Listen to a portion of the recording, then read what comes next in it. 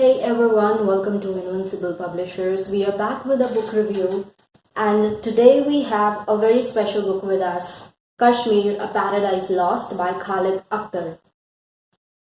Now, when you see its title, you already know what's inside this book. Kashmir, a state of India, is known for its socio-political conflicts and controversies happening around it. And there is no lack of journalism, literature, texts around it, which propagate the crisis happening there. It shows it as a war-stricken state in itself. So what's special in this book, I will tell you about it a little later. Before that, I want to narrate about, and in a movie which I saw little back in March. It was called Rashomon, and many people may not know about it. It's a Japanese movie back from 1950s, and there is an effect which has been derived from the movie Rashomon effect, and it means that the truth is unreliable because it has so many different interpretations from the different people. So when we talk about an instance, an incident, an event, there are so many statements recorded about it. There are so many different opinions recorded about it. So what's the singular truth? We can't say that truth seems nice to me, or I'm biased towards it, so that's the singular truth. No. There is a coexistence of different,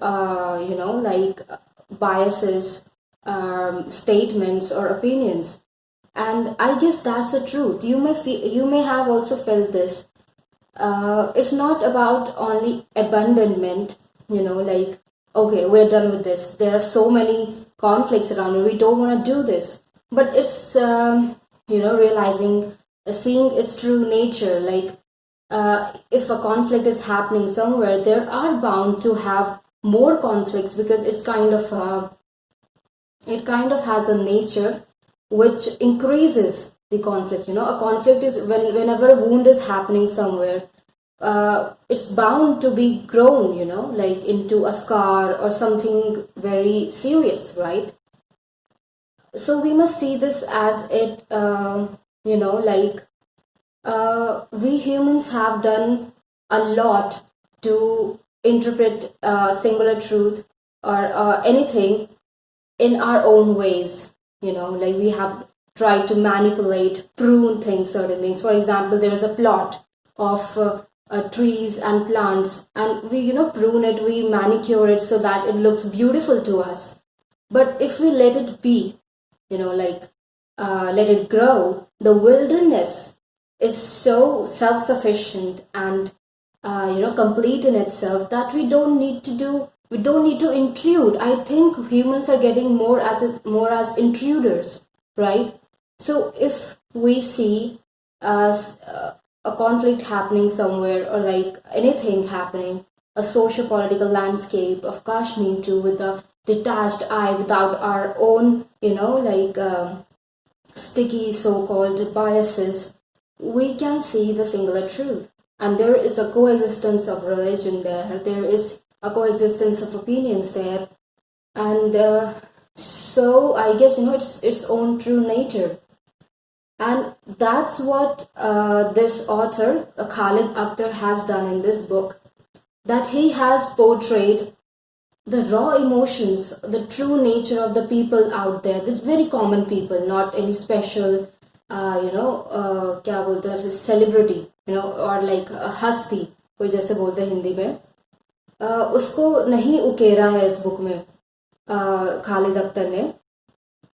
उकेरा क्या है, जो true emotions है, crude emotions है people के वहाँ पे, और short stories, very there are glimpses of the lives of the people there, and that's where this book gets special. It portrays the colorfulness of that place, the true nature of that place, not only its flora and fauna but its inhabitants there. And there is this beautiful phrase that I really liked from the book, and it's also printed on the back cover.